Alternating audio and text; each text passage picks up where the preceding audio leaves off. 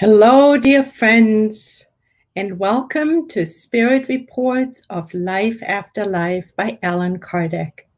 We're continuing our weekly study on the cases, the second half of Heaven and Hell, where Allan Kardec gifts us with this immortal treasure of spirit reports. These are spirits who reporting back to us of what their experiences are like in the spirit world. And the fantastic part is also that Allan Kardec gives us a bigger picture. He shows us and tells us what their lives were like in the previous or even before previous incarnation. So we're getting the bigger picture and we're learning of what to do, how we can prepare ourselves in our lifetime starting today for a better discarnation process and a better experience in the spirit world.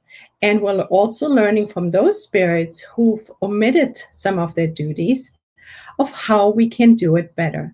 Right now, we're in the last category, and that is called the earthly expiations. Now, the earthly expiations, as we can gather, are usually spirits who've not done so super well in their lifetime during their incarnation. So they're teaching us a lot of lessons of what not to do. But by learning what not to do, we know what to do. So we can't lose. It's a fantastic opportunity for study. So welcome, dear friends. Nora Brazil, lovely friend. Thank you for being here. And before we can start, let us do a little prayer. So we become more opening our hearts and minds, connecting consciously with God, imagining a mirror that is installed in front of our minds and in front of our hearts, and we're turning it towards God and Jesus, Mother Mary, all the spirits on high, the spirit doctors, the spirit mentors, and our own mentors, the mentors of Kardec Radio, the mentors of this group. And as we are pointing our mirrors towards those beautiful spirits on high and God and Jesus and Mother Mary, we're reflecting back their wisdom, their beauty, their knowledge, their perfection, their light, their love. And we're feeling the energy embracing us warmly. And we're feeling the love, and the love feels good. And we ask, dear spirits, dear Jesus, dear God, that we're open tonight to assimilate the lesson that is coming through as a gift from the Spirit who is reporting back tonight, so we may learn and remind ourselves of certain lessons that are important for us for a successful incarnation. And with this, we begin our study tonight, and so be it. Thank you. Thank you so much, dear friends. I see more people, so please do say hi so we can make this a intercontinental classroom. We can actually connect. So today, we're going to Heaven and Hell, and we are going to study the story of a servant. If you'd like to follow along, since we're not going to read the whole entire story, but we're going to do quite a bit of reading today because it's fairly short and it's an important study. You can find him on page 513, The Story of a Servant. In a family of the upper nobility, there was a young servant whose intelligent and fine features surprised us with their air of distinction. So this upper nobility family who had him as a servant is also later referred to as Mr. G, and Mr. G was his master. One could detect nothing base about the servant from his aspects.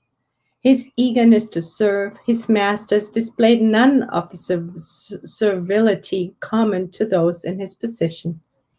When we returned to visit this family the following year, we were told he had gone to spend a few days in his hometown and had passed away while there.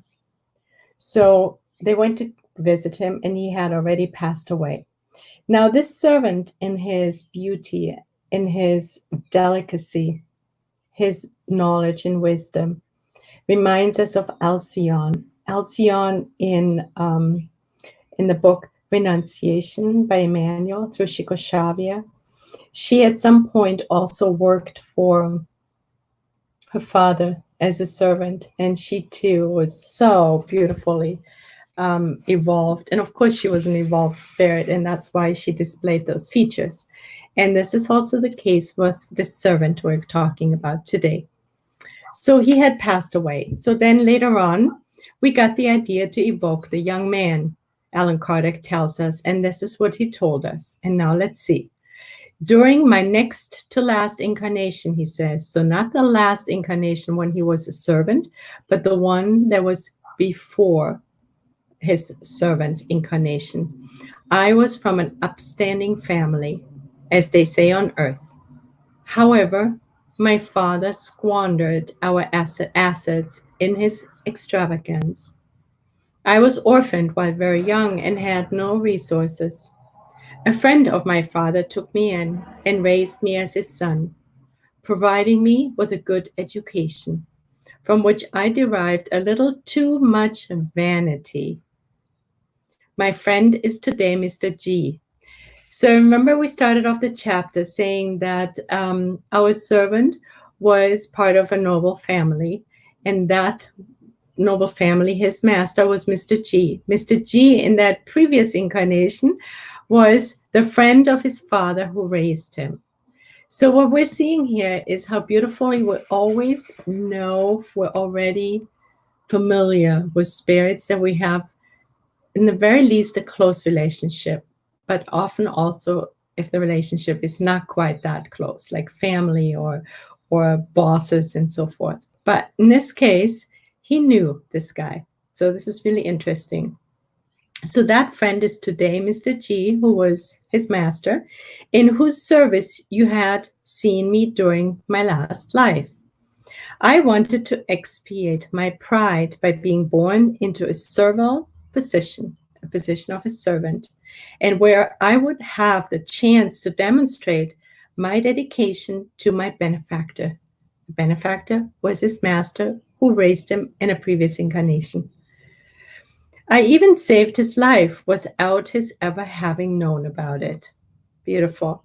Let us pause just for a moment, because once again, and this is almost a continuous thread going through the cases we've been studying for almost a year and a half now, and that is that the spirits who have a harder time during their life, afterlife, during their spirit life, have had issues with vanity and pride, with selfishness and pride. And we're not surprised, because Allan Kardec was wondering about that. He actually, in question 913, asked the spirits on high, of all the vices, which lies at the root of them all? So what is the main vice that we're all afflicted with on planet Earth? Which vice is the root of all the vices? We know when we go online, we can actually download pages and pages of vices. But here we learn what is the root. And we learn it's selfishness. The answer is selfishness. Selfishness is all evil derives from it. All evil derives from selfishness. Wow. So what feeds selfishness? When we go to the Gospel according to Spiritism, we learn who the parent of selfishness is. The parent of selfishness is pride. Pride feeds selfishness. So selfishness and pride, one can imagine a coin like a quarter. On one page, on one side is selfishness, and on the other one is pride. but it's actually pride that feeds selfishness. And when we are very selfish and prideful, what are we focusing on? What are we blanking out? Well, we're focusing most and foremost on our material life, on our life in the flesh. And what we're blanking out is our spirit life, the fact that we're actually spirits in this garment, which is this body here, that this is a transitory situation and position we're in. But if we blank all of that out and all we see is our material existence, and we compare and we need to be better and we need to show off, and we have vanity like our friend here, our case, that is when we overemphasize to the point of complete negation of the fact that we're immortal spirits. So let us just, and we know all of this, I know we know, but it's like an invitation again to pay attention in the week to come, to see where we still show signs of selfishness and pride. So this is our proposal. Our proposal for homework is to study ourselves, to recommit to our nightly review, to see how have I been doing during this week. Have I been focusing during this particular day? Because the nightly review is at the end of the day, where we go over our days and see where our predominant thought forms or dwelled, and what we were saying, how our speech was, and how we acted, how did we treat other people. And in that, we can put the lens on to see how selfish and prideful we were. All right, friends, let us continue. So he wanted to expiate his pride. So this is what happens very often. In the last 2 weeks, we had 2 cases of beggars, and both of these beggars had higher positions in previous incarnations. And because they were abusing their power, their selfishness and pride and vanity, all the same similar issues, they ultimately decided they wanted to go back into the flesh and expiate their pride, their selfishness, their vanity. And this is the same with the servant. And we don't want to revisit that scene, do we? This is our lifetime. We know better, right? So he wanted to go back and expiate his pride by being born into a servile position. So now he wanted to be a servant, so that he would actually feel how it feels like to be more at the bottom of the totem pole in society, as far as society and material life is concerned. I even saved his life. Okay, we said that. I had enough strength not to allow myself to become corrupted by contact with an almost always corrupting environment. So he lived in an environment that invited him to be corrupt. Despite bad examples, I remain pure, and I give thanks to God, for I have been rewarded with the happiness that I now enjoy. Now, how did he manage to not get corrupted? What do you think? What do you think was the main ingredient for him to not go down the road of becoming a corrupt human being? Because that's always the fork in the road, right? We're surrounded by parents who are corrupt, not very elevated, and we have a choice. We can either go down the road and follow our parents, or we can actually use our parents, and our parents are just an example. There's, of course, society. There's many different other impacts and influences we have. I'm just picking one example. Or we can use our parents as a guidepost of how not to be in those certain areas that are corrupt. But that takes a lot of strength, as he says. And where do we derive the strength from? Well, one really important aspect is our will. Why is it our will? Well, when we go to Thought and Life, this beautiful book by Emmanuel, chapter 2, after chapter 1, where Emmanuel teaches us that the mind stands as the mirror of life. In other words, the mirror, what we're emitting, we're attracting. What we're thinking and we're emitting, we're attracting. So if we look around our life, it's basically a reflection of our thoughts and our feelings.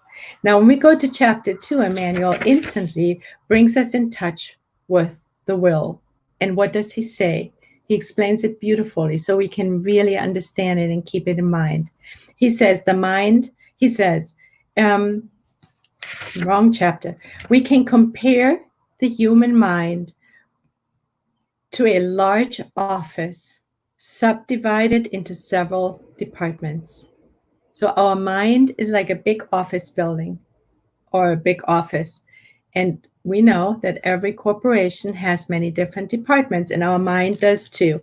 So Emmanuel gives us some examples. He says we have the Department of Intelligence, we have the Department of Imagination, we have the Department of Memory, and many more. But we also have the will, the cabinet of the will. And the cabinet of the will is the most important part because it is really the manager of all the other departments that we carry in our mind. So the will is in charge. He says, the will is the decisive factor. It guides the spirit in its pilgrimage to reach the supreme goals outlined by the divine plan. So the will is the one that sends us on the right road. Potentially, but potentially it doesn't. And see, and that's what the interesting piece is. So here our friend had the invitation to become corrupt, but his willpower knew better to not get him down this road. So here is how Emmanuel ends the chapter, which ties us beautifully into the case of our servant. He says, of course, the will cannot stop mental reflections whenever these are produced by contacts with others, because attunement is an unbreakable law.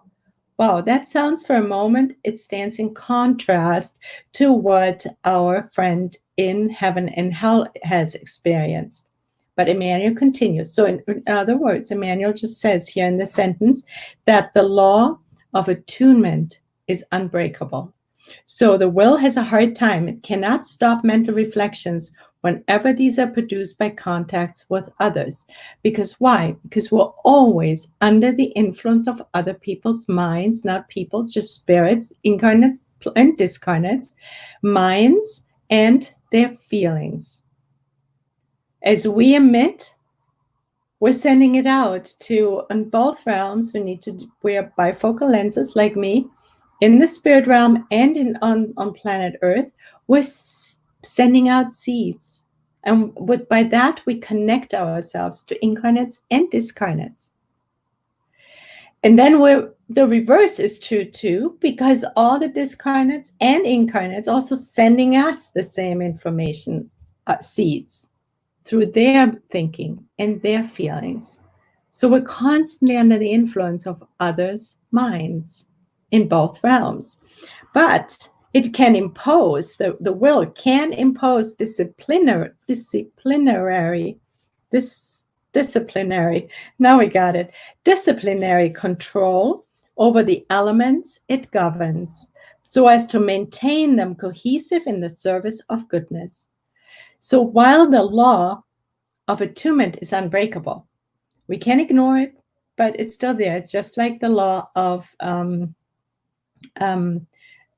what's the laws blanking right now? The law of gravity. So we can completely ignore the law of gravity and argue about it.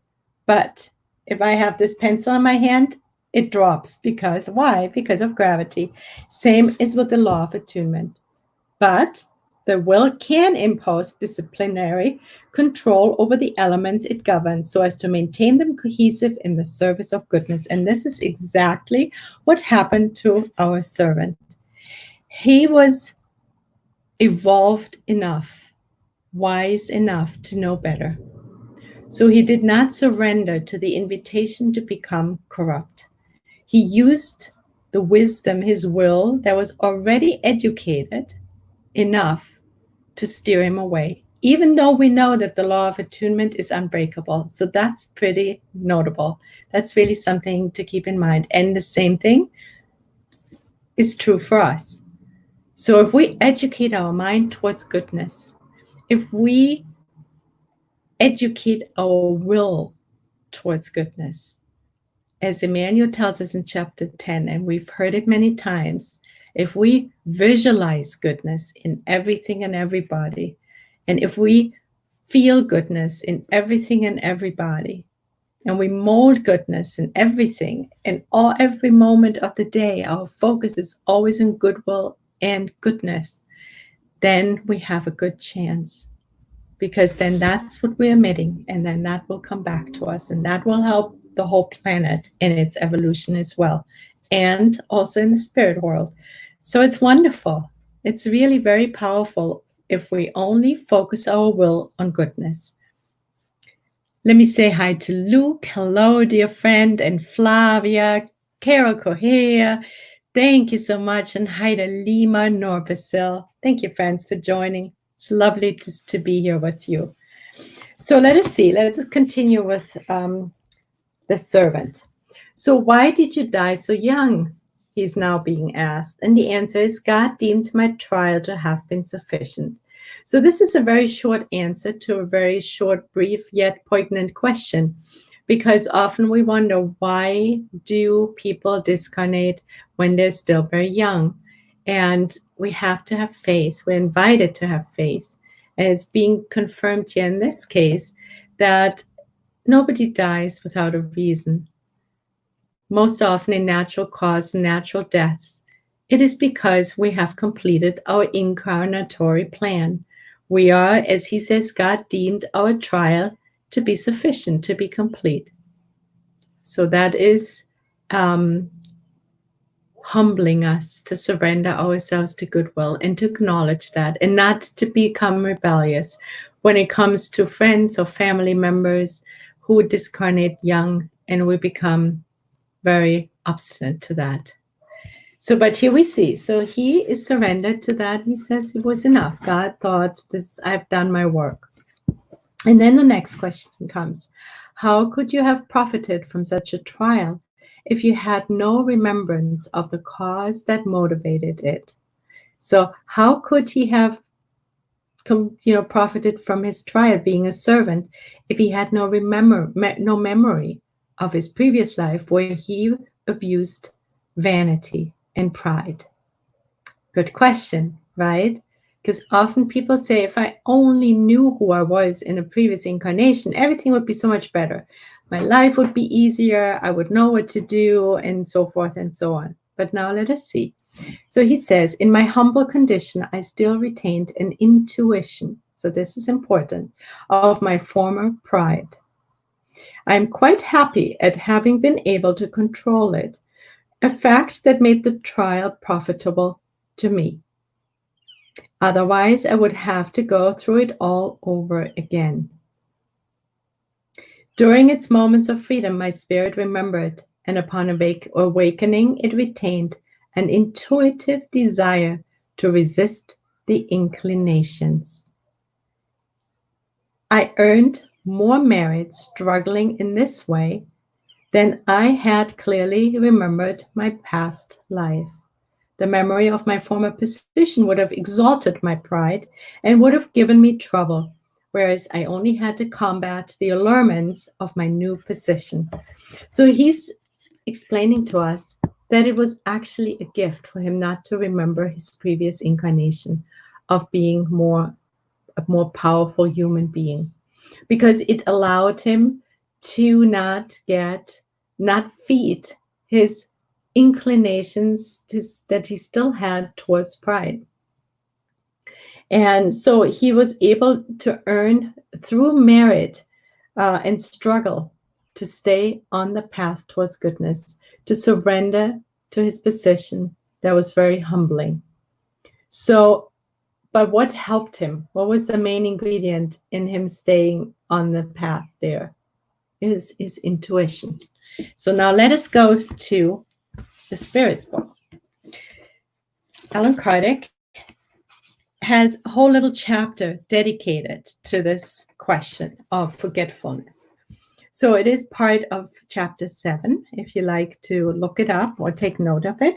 Part 2 of the Spirit's book, and it's in the bigger chapter called The Return to Corporeal Life. And there's a subchapter called Forgetfulness of the Past, and it's question 392. And Allan Kardec is wondering, why does the incarnate spirit lose the memory of its past? Why do we do that? Answer: human beings cannot and must not know everything. All right, good. So we're now feeling a little more humble, and that's good. God, out of divine wisdom, rules it to be this way, that we don't know everything. Without the veil that hides certain things from us, we would be dazzled, like one who passes suddenly from the darkness into the light. By forgetting their past, so our past, we are more fully themselves in the present. And that makes sense, right? If we imagine, if I knew who, let's say, my father was in a previous incarnation, let's assume he was my lover. Oh my gosh, I mean, that would be pretty much sidetracking me, right? I wouldn't be able to be as focused on him as my father in this lifetime if I knew that we were lovers in a previous lifetime, because I would always run that programming from the previous lifetime, and it would distract me. So that's just one example. So then in question 393, Allan Kardec says, how can individuals be responsible for their deeds and redeem their wrongs if they cannot remember them? Like our friend, right? Allan Kardec was wondering, how did you do it?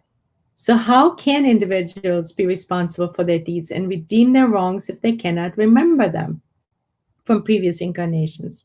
How can they profit from the experience acquired in lives that have fallen into forgottenness? We could understand that life's tribulations might be a lesson for them if they could remember what had caused them in the first place. But since they do not remember them at all, each existence is as if it were the first. And it is thus that they're always having to start over. True, right? How can this be reconciled with the justice of God, that we completely are reborn not remembering anything, most of us anyway, just starting all over? Like we appear to be blank slates. We're not, of course, but it's all forgotten. So how does that help us, right? So here's the answer. With each new existence, spirits gain more intelligence and can better distinguish between good and evil. Where would their merit, see, here's the word merit again, because our friend said he had the merit of doing it better this time. Where would their merit be if they remembered their entire past? When spirits enter their life of origin, meaning the spirit life, the entire previous life unfolds before them. So when we discarnate, most often our whole entire previous life appears in front of us. We all of a sudden see a little bit more and better. They see the wrongs they committed and which are the cause of their suffering, as well as what would have kept them from committing them in the first place. So we're getting an overview. They understand the justice of the position assigned to them, and they thus desire a new existence that can redeem the one that has elapsed. And we've seen that throughout the cases that we've studied. And we've seen it also in Memoirs of a Suicide, how after a while of education and support and help in the spirit during the life in the spirit life, for spirit in the spirit life, spirits learn and understand what they have done wrong in a new way. And it often happens because they experience excruciating pain as a result of the wrongs they've committed in a previous incarnation.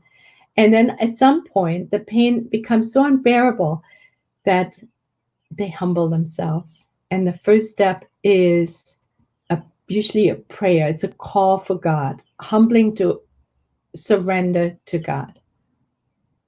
And that's remorse. And at that very moment, help usually comes. But this is what they're talking about here. They understand the justice now of the position assigned to them, and then the desire for a new lifetime comes to expiate the wrongs from the previous incarnation.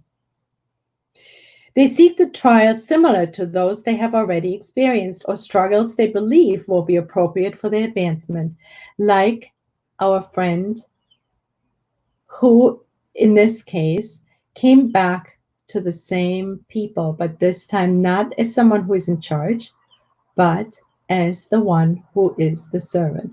Same happened in the two other cases in the last 2 weeks who were beggars. They came right back to the same area with the same people. One was a castle last week, and they were beggars at the very castle where they used to be lords. They ask spirits who are of a higher order to help them in the new task that they are about to undertake, for they know that the spirit who will be given to them as their guide in that new existence will endeavor to enable them to repair their wrongs of the past by giving them a sort of intuition about them. So we know we have our spirit guide, and we have also other spirits surrounding us. There's familiar spirits, there's spirits who want to help us, and of course spirits that we attracted to the law of attunement. But there is spirits, as we're learning here, that are surrounding us from incarnation, from the beginning to the incarnation, and they helping us repair our wrongs from a previous life. And that's why we have this sense of intuition of which way to turn and what to choose. The same intuition is the thought, the wrongful desire, which frequently assaults you and which you instinctively resist, exactly like our friend here, right? He was surrounded by corruption, but it's this friendly voice, it's our spirit guide, it's our mentor who is helping us to stay aligned. And it comes through as our feelings of intuition, like a voice. Sometimes we hear a voice. However, it is the voice of conscience speaking to you, and this voice is a memory of the past. A voice that warns you not to fall into the errors you committed previously. In that new existence, if a spirit endures its trials with courage and resists them, it evolves and will ascend in the spirit's hierarchy when it returns to be among them. It's beautiful. The small print is, if during our corporeal life we do not have a precise memory of what we were and of what good or bad things we did in our previous lifetimes, we nevertheless have an intuition of them. Hence, our instinctive tendencies are a reminiscence of our past, about which our conscience warns us that we must resist. So when we know thyself, right? We know that that's the first step, very important step for us, for our inner transformation. We need to get to know ourselves. And what will help us, part of that process is our nightly review. It's observing our tendencies, because these tendencies are a clue as to where we've been in a previous incarnation, and the intuition that will guide us. Hopefully staying on course, observing our tendencies and not surrendering to the old, but always towards goodness.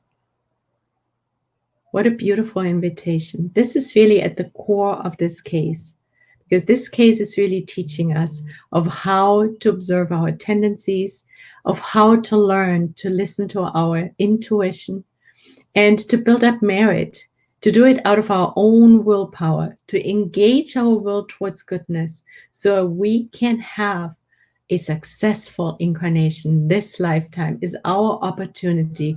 We're gifted to have spiritism in our lives. So essentially, we have no more excuse. All right. I want to just add a couple of sentences here. In the forgetfulness of past existences, especially when they were painful, is there not something providential where the divine wisdom is revealed? It feels like it, right? We know it is. Is It is on the more highly evolved worlds. Oh no. The remembrance of our former personalities would entail serious inconveniences. In certain cases, it would cause us a great deal of humiliation. Just imagine if I knew I was a murderer in a previous incarnation. I would feel terrible the whole entire time. I know I wasn't a saint and I did a lot of things wrong for sure, but not knowing exactly my terrible past definitely helps, doesn't it? It gives us it keeps us more present. And then in other cases, so in certain cases, it would be a humiliation. In others, it could exalt our pride and so hinder our free will. God has given us just what is necessary and sufficient for us to improve ourselves. God is good, and it feels good. And thank you, God, for being so wise. So, dear friends, we are in the right place at the right time, surrounded by the right people, perfect for our expiatory path we're on. So let us go back to our friend here. So next question is, what good was the brilliant education you had received during your next to last incarnation? Remember, his parents had died, and a friend of his father took him in and gave him a brilliant education. And so then he came back as a servant. And now the question is, so how did that serve you? You were a servant and you had this brilliant education, you didn't make use of it. So how does that all fit together, right? So let's see. He says, such knowledge would have been useless, even nonsensical in my new position. So he didn't need it to be a servant. It remained latent and I have not regained it. So he's not in touch with it. It stayed latent, hidden from him. Nonetheless, that knowledge was not completely useless because it helped my intelligence develop. It instinctively had a predilection for I instinctively had a predilection for elevated things. Predilection means like he was drawn to elevated things, which inspired me with repugnance for the low and ignoble examples I had before me. So see, the knowledge that he had acquired helped him also to stay on course and not surrender to the corruptness that he was surrounded with. Without that education, I would have been nothing more than a servant. So we need to keep in mind that we are spirits on this reincarnatory path. For millennia, we've gone from lifetime to lifetime. Why? In order to perfect ourselves. To perfect ourselves in two different realms. And Emmanuel helps us again in Thought and Life to understand that in the chapter on education, instruction actually. He tells us that we humans are like birds. We have two wings. And these two wings need to be equally developed for us to ascend to God. Because we're on our path to get closer to God. We have God's seed in us, and hopefully we're watering and nourishing it every single day by doing the good. So the two wings, one is service and the other one is wisdom. So let's just see. Where is that piece of paper? I wanted to, oh well, here it is. We have it here in the book. It is chapter, it's chapter, just a second, 4, and it's called instruction. So we have love and wisdom. That's what Emmanuel tells us. Wisdom is linked to knowledge. It's linked to education. It's linked to studying. It's linked to intelligence, instruction. It is that side that was nourished in our servant in the incarnation before he was a servant. And it's one of our wings that we need to develop. Now on planet Earth, that wing is on the whole a little more strongly developed. There's another wing, and that is the love wing. That's the one where we serve, where we make use of our knowledge towards the good. We're turning the mirror of our soul and connecting with God, and we're aligning our will with God's will to do the good, to serve, to be charitable, to love. See, those are the two wings.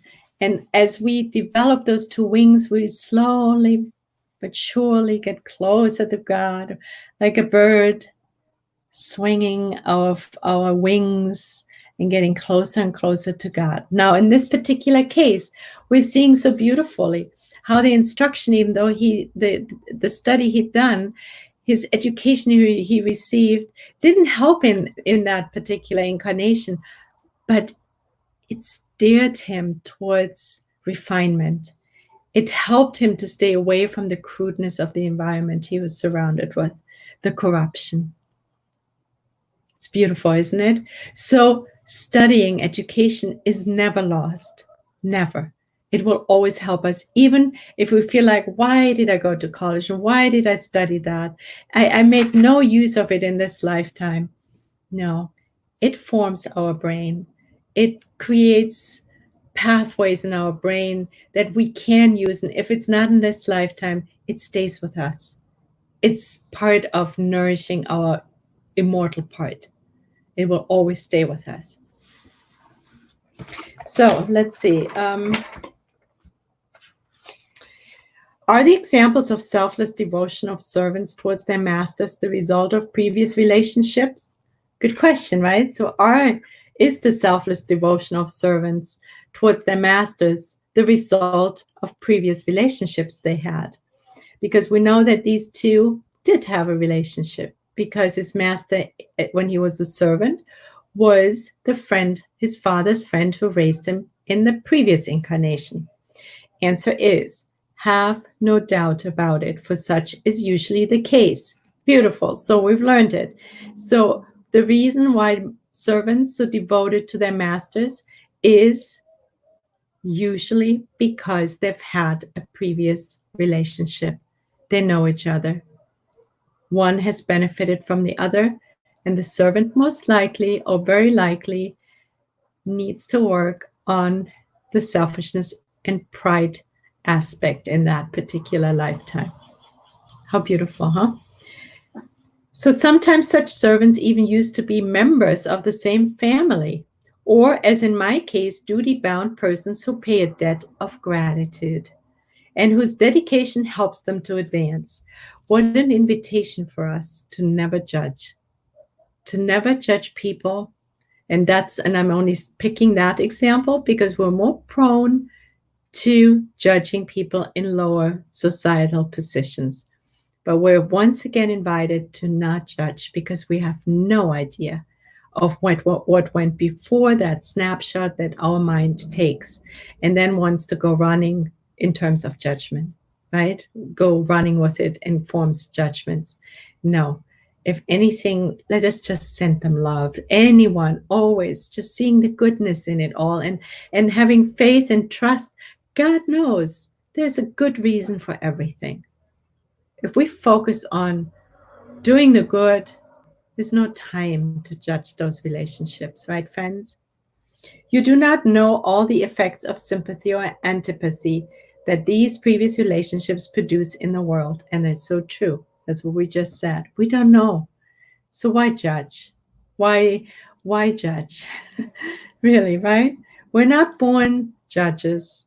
We were reborn, and we're here to work on our inner transformation and doing the good, to be of service, to strengthen those two wings of education, of wisdom and love. Death does not interrupt such relationships, which often last from century to century. Why are such examples of dedication from servants so rare nowadays? Blame the selfish and prideful spirit of your time.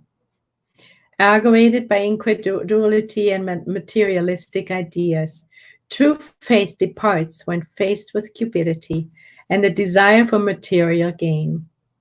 And when faith departs, so does devotion. By leading people to the truth, Spiritism will revive forgotten virtues. And we know that The antidote to selfishness and pride is what? It's charity. And charity is defined by the spirits on high as goodwill towards all. Now that's all with all capital letters. That's all. There is no exceptions.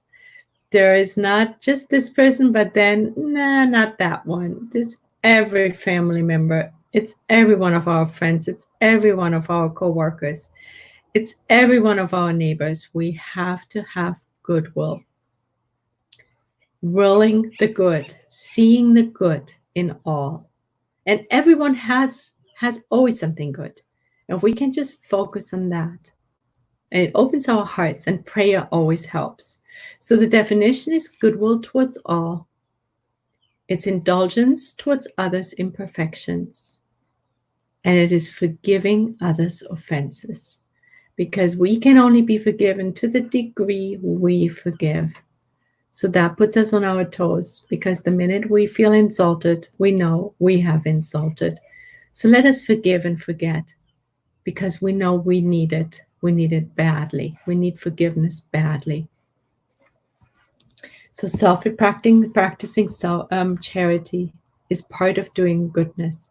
And prayer is a form of charity as well.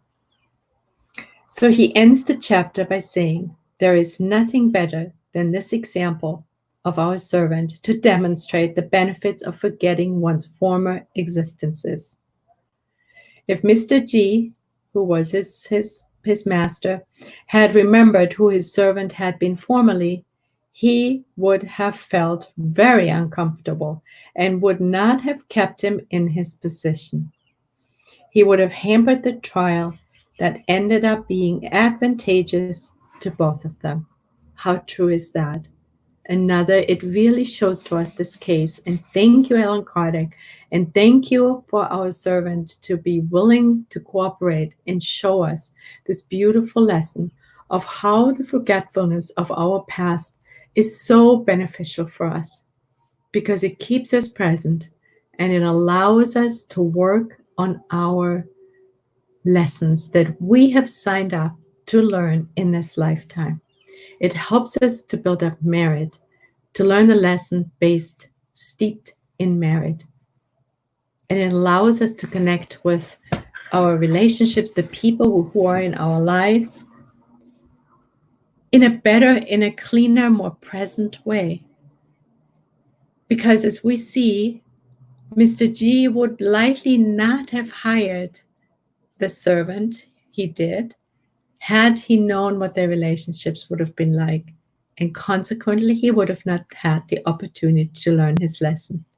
So thank you, God, for allowing us forgetfulness of our past. So, dear friends, let us close our eyes, and we'll be bringing in Mother Mary for a moment, for a little background music, to open our hearts a little bit more. And let us do our closing prayer.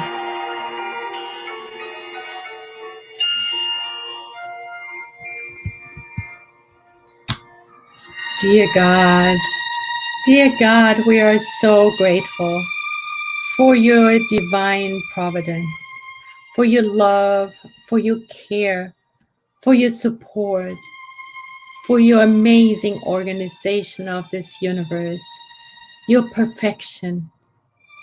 We're so grateful for this lesson tonight, to understand in a renewed, clearer way of why it is such a gift you give us to forget our past, that we come into each and every incarnation open-minded, so to speak, yet having our intuition, our conscience, and the ability to observe our tendencies, to know which lessons we need to learn. And if we are confused right now, we know our mentors and helper spirits will help us. All we need to do is reach out, recommit to our nightly review, and start studying our tendencies to get to know ourselves better, so we can have a better experience in this lifetime, learning our lessons more effectively. Thank you also for reminding us to strengthen both of our wings to get closer to God, to study and to practice love. Thank you for allowing us to recommit to this as well, and understanding that when new opportunities of study come into our lives, to never turn them down, as we can only ascend to God by perfecting ourselves. And we thank you also to offer to us always new opportunities of service. And we know every service comes our way for a good reason, and we will accept it lovingly and with gratitude, as we are dedicated to learning to become more charitable in our everyday life. And we're sending our love to all those who are surrounding us, and further on, we're sending it to the governments of all the different countries. We're sending it to discarnate spirits who are having so much influence on our incarnate friends and our own selves. Let us pray for all, so we can be more accepting, indulgent, benevolent, and forgiving. With so much gratitude in our hearts for this beautiful lesson tonight, we ask for permission to close our study. And so be it. Thank you, dear friends. Thank you, Victoria, Adele, Nora, Franklin, Luke, Flavia, Carol, and Heider. I think in this, there may be more friends and I don't see more yet. If I didn't mention your name, please feel hugged. And so, God willing, we will meet again next week, same time, same place, with another case of our earthly expiations from Heaven and Hell by Allan Kardec. God bless you. Good night.